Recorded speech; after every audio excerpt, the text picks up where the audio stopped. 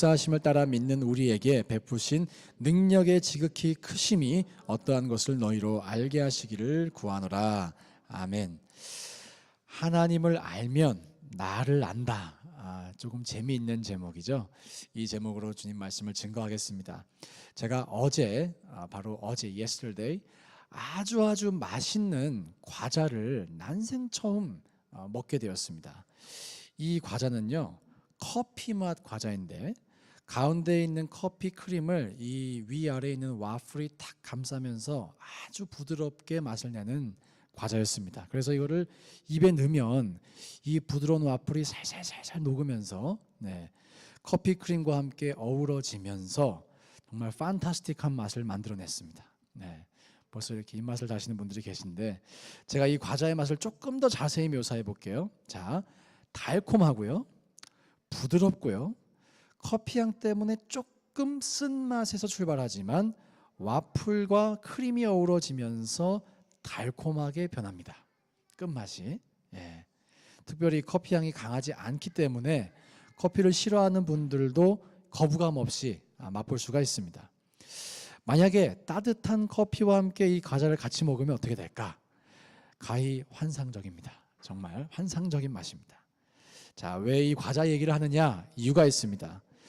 여러분, 제가 이 자리에서 아무리 이 과자의 맛을 수많은 형용사를 통해서 탁월하게 묘사해 드려도 제 말만 듣고 이 과자의 맛을 아실 수 있는 분은 안 계실 거예요. 혹시 계신가요? 또 이 식감이 탁월한 분이 계셔서 아마 불가능하실 겁니다. 이 과자가 달콤합니다, 정말 달콤합니다 라고 말씀드려도 여러분들이 갖고 계신 달콤함의 기준이 다 달라요. 그 사실 아세요? 제가 부드럽습니다 라고 말을 해도 부드럽다, soft하다라고 하는 이 단어의 데피니션이 여러분들 갖고 계신 데피니션이 다 다릅니다. 그래서 제가 1시간 내내 아무리 이 과자의 맛을 설명을 해도 언어, 랭귀지만을 통해서는 이 과자의 맛을 전달할 수가 없습니다. 불가능한 일입니다. 그럼 어떻게 하면 이 과자 맛을 여러분께 전달해 드릴 수가 있을까? 여러분 어떻게 아실 수 있겠어요? 가장 좋은 방법은 이 과자를 여러분께 드리는 겁니다. 동의되시죠? 직접 드시도록 하는 겁니다. 직접 맛을 보는 게, 입에 넣어서 맛을 보는 게 1시간짜리 설명을 듣는 것보다 더 효과적이라는 것입니다. 그래서 제가 가져왔어요. 오늘 점심 때 드시라고. 말만 하면 또 안 되기 때문에 또 이렇게 배고프게 하고 안 드리면 나쁜 목사가 될까 봐 가져왔어요. 한 번도 먹어보지 않은 과자에 대해서 지금 설명을 듣는 것이 우리의 신앙생활과 유사한 점이 있습니다. 하나님께서 우리를 사랑하신다라고 말씀을 드리면 다 동의하시죠? 아멘 하시죠? 그런데 저마다 가지고 있는 사랑의 기준이 다르더라고요. 하나님의 사랑을 우리가 100%라고 우리가 누릴 수 있는 어떤 양을 100%라고 한다면 어떤 분들은 그 사랑을 한 50% 느끼고 있고 어떤 분들은 30% 느끼고 있고 누구는 5%도 느끼고 있지 못합니다. 그런데 다 똑같이 하나님이 나를 사랑하신다는 말에는 동의하세요. 자, 이렇게 입술의 고백은 다 동일합니다. 그런데 저마다 믿고 있는 그 내용이 다르다는 것입니다. 우리의 신앙이 말을 통해 전달되잖아요. 그런데 우리가 이렇게 언어가 가지고 있는 한계가 있다는 것을 확인할 수 있습니다. 자, 그렇다면 하나님께서는 이런 현상에 대해서 어떻게 생각하실까? 신앙은 말을 통해 전달되는데 이 말 자체에 한계가 있다라고 하는 것을 하나님이 아시겠죠. 그런 이 언어의 한계가 있음을 아시는 주님께서 우리에게 어떤 대안을 주셨을까? 오늘 본문은 바로 이 질문에 대한 대답을 우리에게 주고 있습니다. 이 본문은 에베소 교회를 향한 바울의 중보기도 내용을 담고 있습니다. 바울이 열심히 기도했는데 바로 그 기도의 내용이 이 본문, 우리가 방금 읽었던 본문의 내용입니다. 가장 처음 읽었던 15절에서 우리가 알 수 있듯이 에베소 교회는 믿음이 충만한 교회였습니다. 또 모든 성도를 향한 사랑이 있는, 서로가 뜨겁게 사랑하는 아주 보기 좋은, 아주 건강한 교회였습니다. 그래서 바울이 이들을 기억하고 기도할 때마다 감사했대요. 너무 좋은 거예요. 그 교회 생각할 때마다 너무 감사했고 또 기뻤다라고 고백하고 있습니다. 그래서 바울은 이 에베소 교회가 더 온전한 교회로 성장하기를 원했습니다. 한 사람 한 사람 성도들이 더 건강한 성도가 되기를 원했습니다.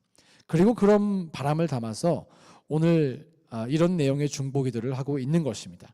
우리 다 함께 17절을 한 번 더 읽어볼까요? 17절 한 번 더 읽겠습니다.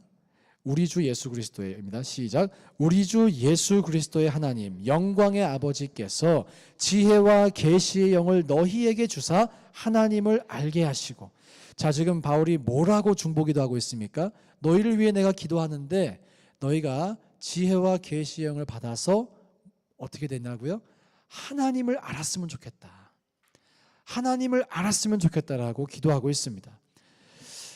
그 방법은, 하나님을 아는 방법은 지혜와 계시의 영을 받는 것이다라고 또 소개하고 있습니다.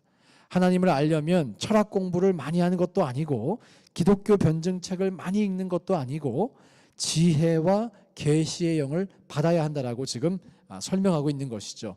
자, 그러면 우리에게 또 다른 궁금증이 생깁니다. 도대체 이 지혜와 계시의 영은 무엇인가? 라는 질문일 것입니다.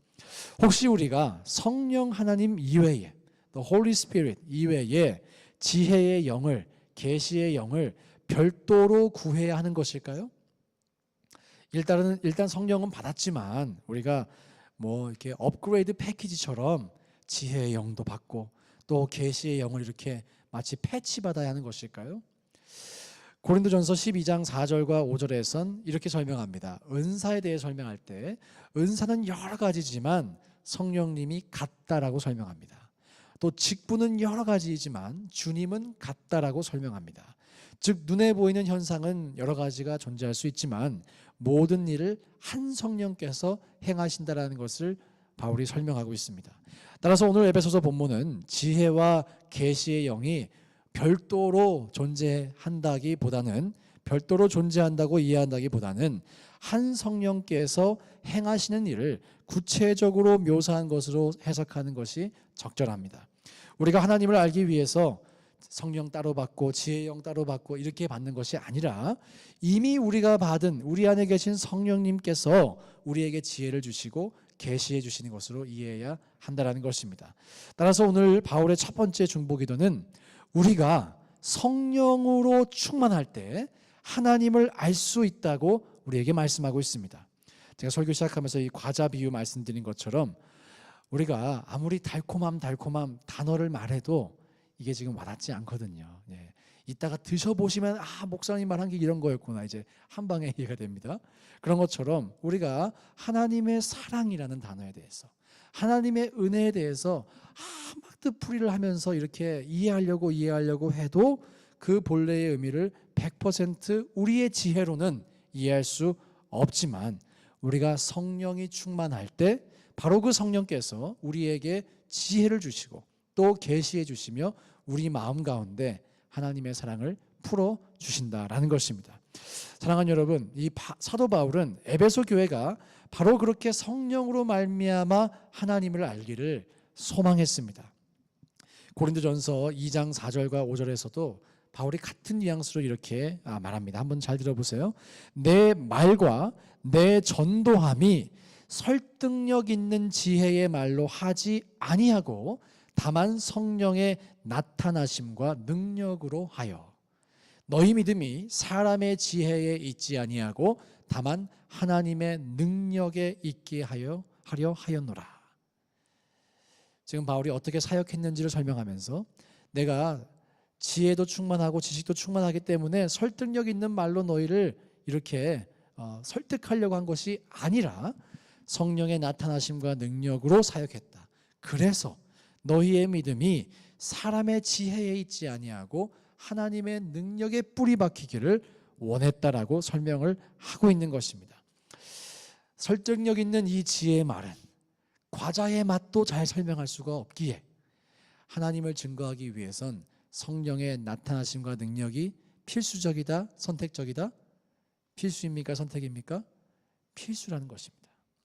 이렇게 성경은 고린도 교회에게 또 에베소 교회에게, 또 오늘 우리 늘사랑 교회에게 말씀하십니다. 성령으로 말미암아서 하나님을 알라고 말씀하십니다. 사랑하는 여러분, 저는 우리가 모든 하나님의 깊은 것까지도 통달하시는 그 성령으로 말미암아서 하나님을 우리가 알 수 있기를 소망합니다. 그러므로 어떻게 해야 할까요?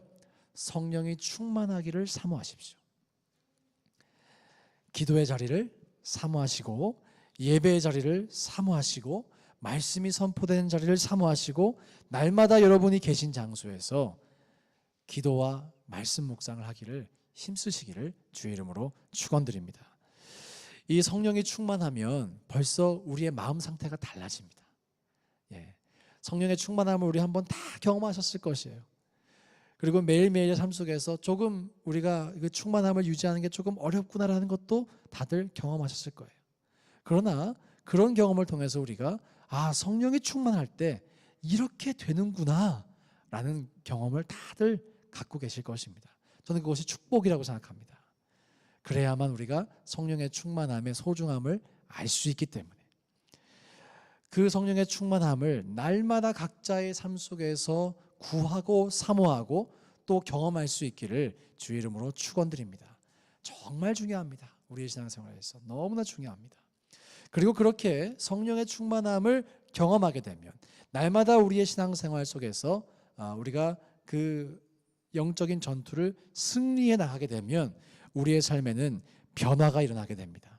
예수 그리스도를 인격적으로 만나게 되면 그동안 우리의 삶을 불행하게 만드는 이슈들이 정리되기 시작하고, 열등감이 회복되고 자존감이 치유되고 과거의 상처에서 자유롭게 되고, 또 삶 속에 실제적인 희망을 주고 희망을 얻고 용기를 얻고, 그래서 최선을 다해서 삶으로써 한 사람의 인생이 변화되어 갑니다. 저는 지금까지 그런 장면을 정말 많이 목격했어요. 저도 그런 증인이고요. 그런 변화를 경험한 증인이고요. 여러분들도 그런 증인이신 줄로 저는 믿습니다. 이분들이 아까 과자 비유로 말하면 과자를 직접 먹어본 것이죠. 성령으로 말미암아서 하나님을 만난 분들입니다. 그저 지식적으로 하나님에 관해서, 우리 지난번 강사 목사님이 한번 설명하셨죠. 하나님에 관한 어떤 신학적인 지식을 많이 알고 있는 사람이 아니라 정말 하나님을 경험한 사람들인 것입니다. 제가 오늘 설교자의 비유를 들어서 한번 이렇게 표현해 볼게요. 여러분, 제가 오늘 교회 오는 길에 60마일로 달려오던 26 프리지 U-홀 트럭에 치였습니다. 제가 만약에 이렇게 말하면 여러분들이 진짜 치이지는 않았어요. 네, 걱정하지 마세요. 만약에 치였다라고 말하면 여러분들 어떤 생각이 드시겠어요? 아니, 그 버스, 그 트럭에 치이고도 어떻게 멀쩡할 수 있지? 이렇게 생각되시겠죠. 26피트 이 U-홀 트럭이 60마일로 달려오는 곳에 사람이 치인다면 엄청난 데미지가 있을 것입니다. 자, 그런데 그보다 비교할 수 없는, 비교할 수 없을 정도로 강력한 하나님의 사랑이 우리의 인생에 펑펑펑 부어졌는데, 혹시 우리는 아무 일도 없는 듯이 살아가고 있지는 않습니까? 사랑하는 여러분, 그래서 우리가 성령으로 말미암아 하나님을 알아야 한다는 것입니다. 성령으로 말미암아 그 하나님의 사랑을, 온전한 의미를 깨달아야 한다는 것입니다. 저는 우리의 삶에 이 하나님께서 주시고자 하는 분량만큼, 주님께서 알려주시고자 하는 분량만큼 그 주님의 사랑이, 그 주님의 인격이, 하나님의 은혜가 풀어지기를 주의 이름으로 축원드립니다.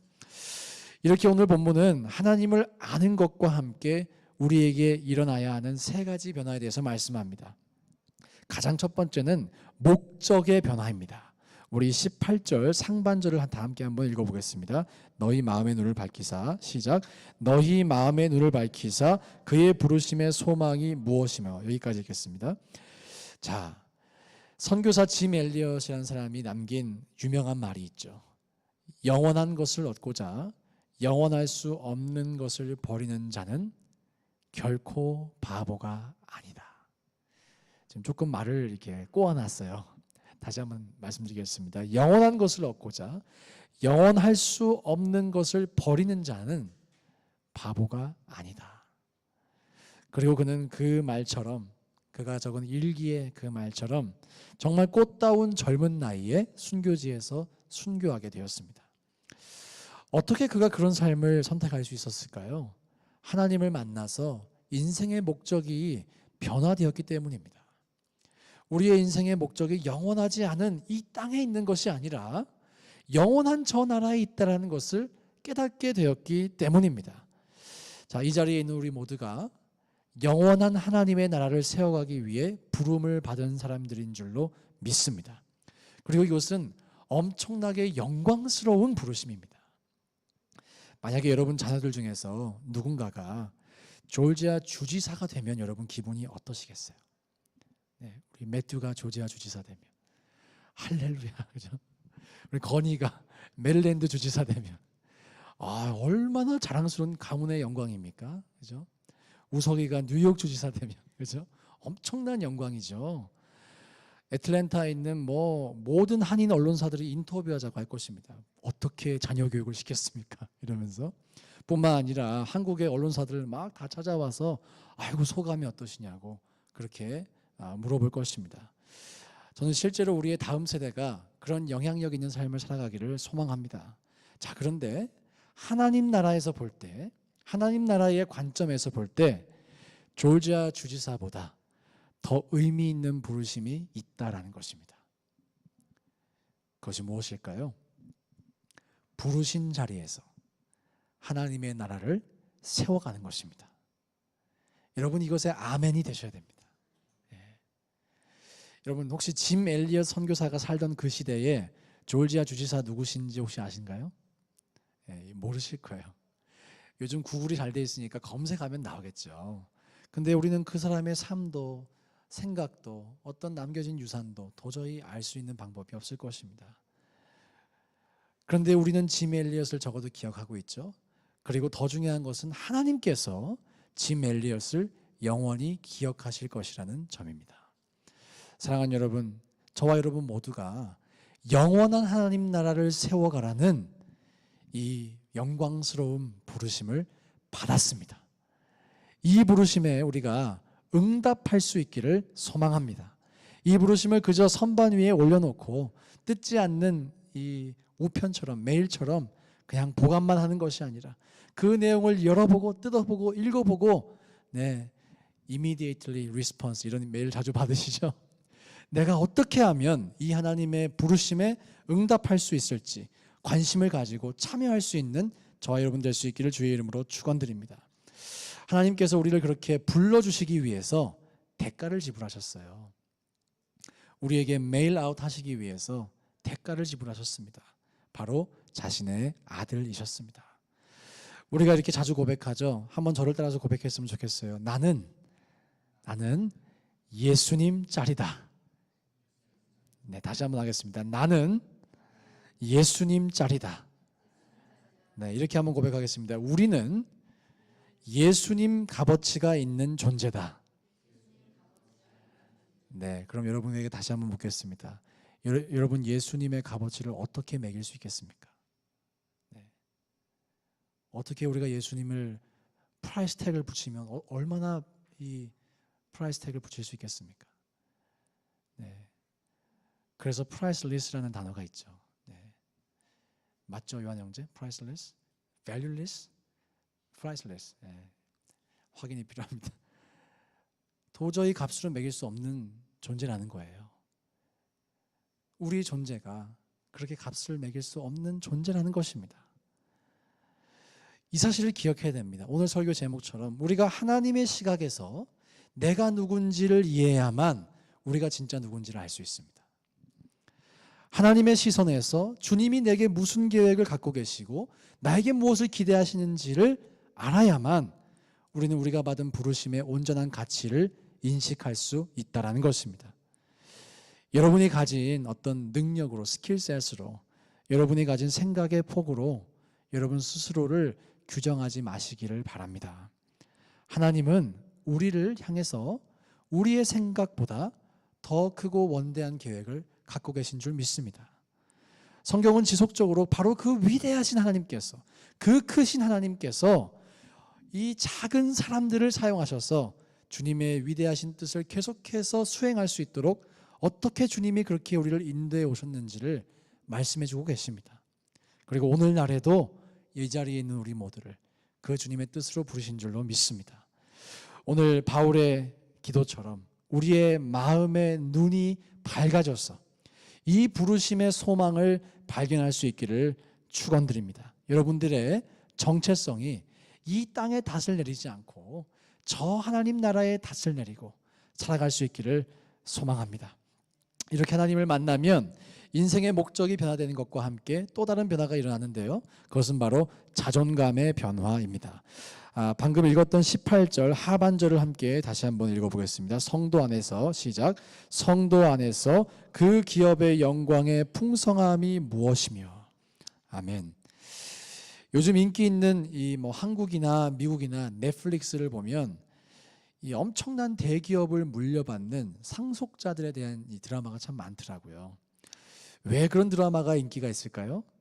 많은 사람들이 그런 삶이 어떤 삶인지 좀 궁금하시기도 하고 또 마음속 한켠에는 나도 좀 저렇게 살아보고 싶다 이런 마음이 있으신 것 같아요. 그런데 오늘 성경에는 우리가 하나님의 자녀로서 받을 하나님의 유산이 있다라고 말씀하십니다. 이 기업으로 번역된 게 inheritance예요. 우리가 받을 유산이 있다라고 말씀하세요. 그리고 그 유산이 조그마한 유산이 아니라 영광스럽고 풍성하다라고 말씀합니다. 네, 하나님이 우리에게 유산을 주시는데 영광스럽고 풍성한 유산을 주신다는 거예요.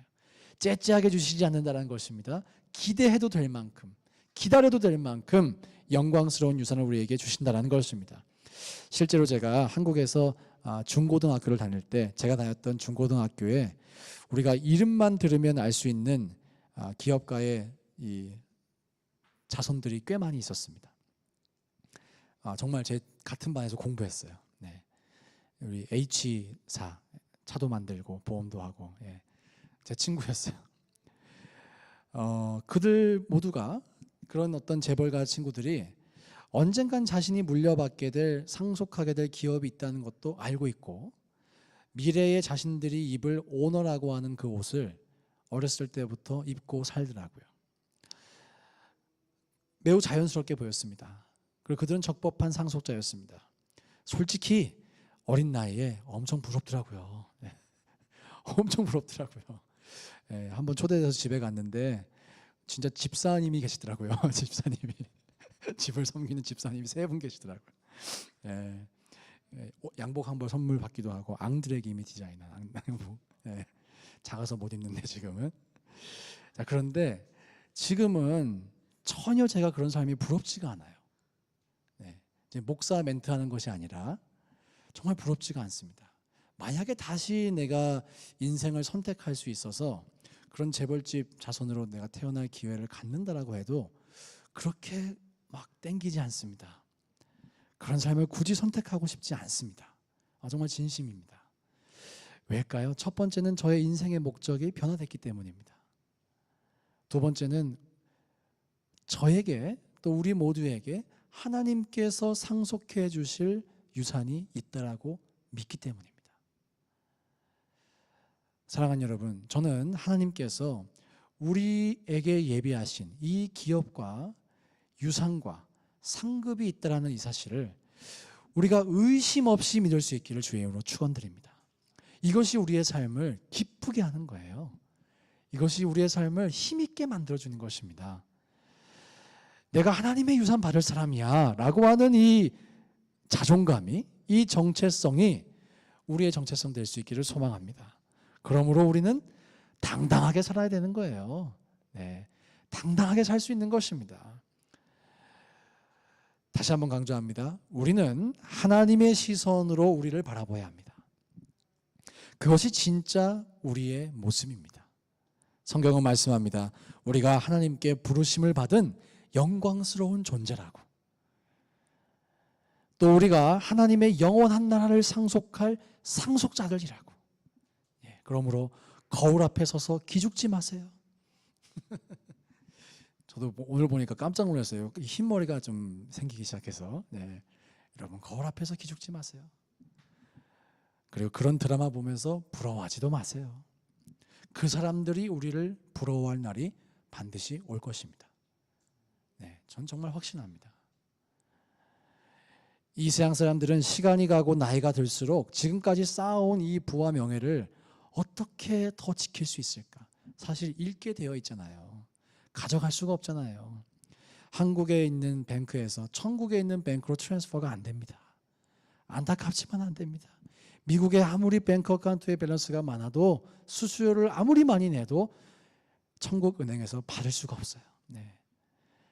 이해하셨죠? 다 이해되시죠? 메타포가.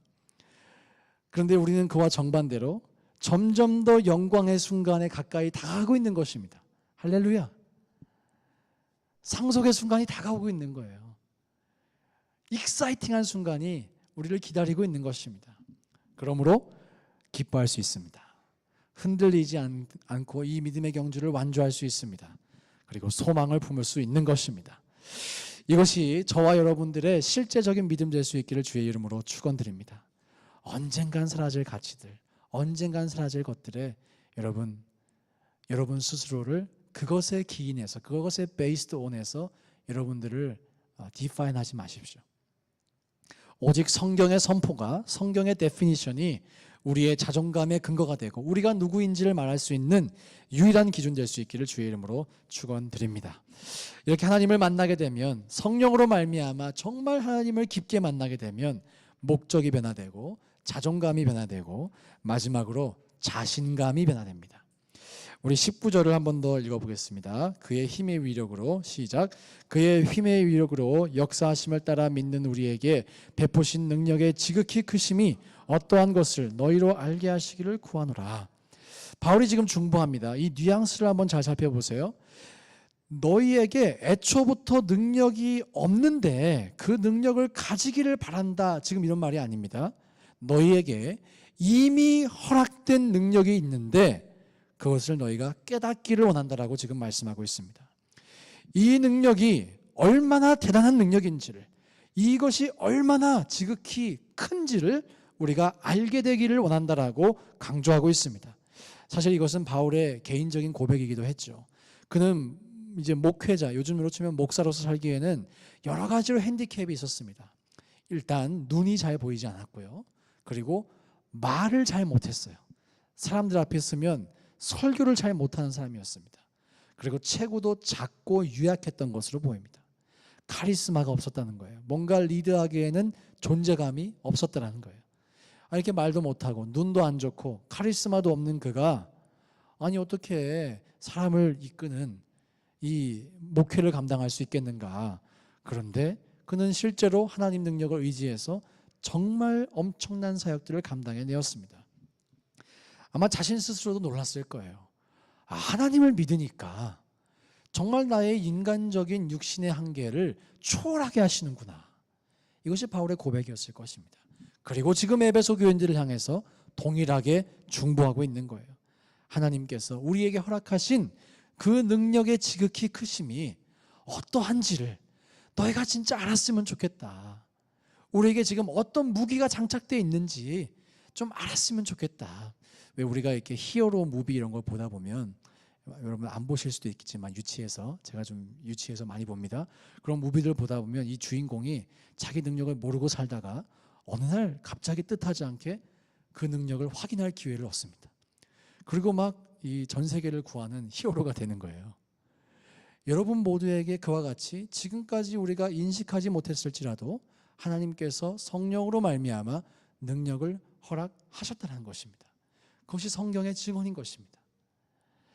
제가 지금 몇 가지 선포를 할 때 여러분들이 아멘으로 화답해 주시기를 바라는데요. 첫째, 하나님께서 우리에게 이미 죄와 싸워 승리할 능력을 주셨음을 믿습니다. 하나님께서 나와 내 가정을 위협하는 어둠의 영들을 쫓아낼 능력을 주셨음을 믿습니다. 하나님께서 우리에게 복음 전할 능력을 주신 줄 믿습니다. 하나님께서 우리에게 중보기도의 능력 주신 줄 믿습니다. 사랑할 수 있는 능력 주신 줄 믿습니다. 용서할 수 있는 능력 주신 줄 믿습니다. 복음을 살아낼 능력, 성경을 경험할 능력 우리에게 주신 줄 믿습니다. 그리고 지금 말씀드린 것 이외에도 우리에게 필요한 모든 능력 이미 주신 줄 믿습니다. 다시 한번 강조합니다. 오늘 본문은 없는 걸 달라고 하는 것이 아닙니다. 이미 우리에게 이러한 능력이 있음을 믿고 선포하고 승리를 경험하는 것입니다. 오늘 우리 모두가 이 사실을 믿음으로 그 어떤 것도 우리가 감당할 수 있다라고 하는 자신감 생길 수 있기를 주의 이름으로 축원드립니다. 우리를 위축시키고 마귀는 우리를 참소하고 우리가 작아지게 만들어요. 여러분 한 주를 사시면서 마음이 어렵고 어두워지고 힘들고 그렇게 여러분들이 힘들고 작아지면 누가 기뻐하실까요? 아니, 누가 기뻐할까요? 네? 죄송합니다. 존칭을 써서 제가 예의가 바른 사람이라서. 네. 그 자식. 그죠? 하나님 우리에게 늘 우리가 인커리지 되기를 원하시고 우리가 살아나기를 원하시죠. 아멘이시죠? 우리가 잘못한 것 있을지라도 그것을 고쳐서 다시 회복되길 원하시는 분이 하나님이십니다. 우리 하나님의 그 성품을 우리가 믿을 수 있기를 소망합니다. 정말 하나님께서 우리에게 주신 소중한 인생, 한 번밖에 없는 이 인생, 우리의 사명 아낌없이 우리가 감당하면서 능력 있게 살아가시기를 주의 이름으로 축원드립니다. 이제 마지막 질문을 던지고 설교를 마무리하겠습니다. 사랑하는 여러분, 지금 제가 설명드린 것처럼 여러분은 하나님을 만나셨습니까? 정말 성령으로 만나셨습니까? 그 하나님을 만남으로 인해서 여러분의 인생의 목적이 변화되는 것을 경험하셨습니까? 정말 여러분들이 하나님 나라의 상속자라고 하는 그런 자존감이 있으십니까? 또 모든 것을 내가 감당할 수 있다라고 하는 그 자신감이 여러분의 마음속에 자리 잡고 계십니까? 혹시라도 여전히 이러한 변화들 중에 어느 것 한 가지가 나에게 일어나야 할 필요가 있다라면 하나님을 인격적으로 그리고 깊이 만나시기를 사모하십시오. 주님은 약속하셨어요. 우리가 주님을 찾고 구하고 만나기를 사모하면 사모하는 심령을 만족시켜 주시겠다라고 여러 차례 말씀하셨습니다. 제가 직접 만나게는 못 해드려요. 네. 그렇게 해드릴 수 있다면 할 수 있지만 그러면 상당히 제가 이단에 가까운 이 사이비가 됩니다. 하지만 성경의 원리는 소개해드릴 수 있어요. 여러분들이 어떻게 하면 그 주님을 만날 수 있는지, 하나님께서 어떻게 할 때 우리에게 만나주시겠다라고 약속하셨는지는 소개해드릴 수 있습니다. 여러분 하나님을 사모하십시오.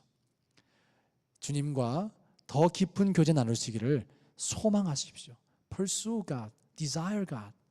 우리의 삶의 순간순간이 그렇게 주님을 만나는 순간 될 수 있기를 소망합니다. 그래서 하나님도 알고 나도 아는 여러분 모두가 되시기를 주의 이름으로 축원드립니다. 함께 찬양하면서 주 앞에 나아가기 원하는데요. 요즘 따라서 이 찬양을 많이 부르게 되는 것 같습니다. 주께 가까이 날 이끄소서. 주께 가까이 날 이끄소서. 정말 간절히 주님만을 원합니다. 이 찬양의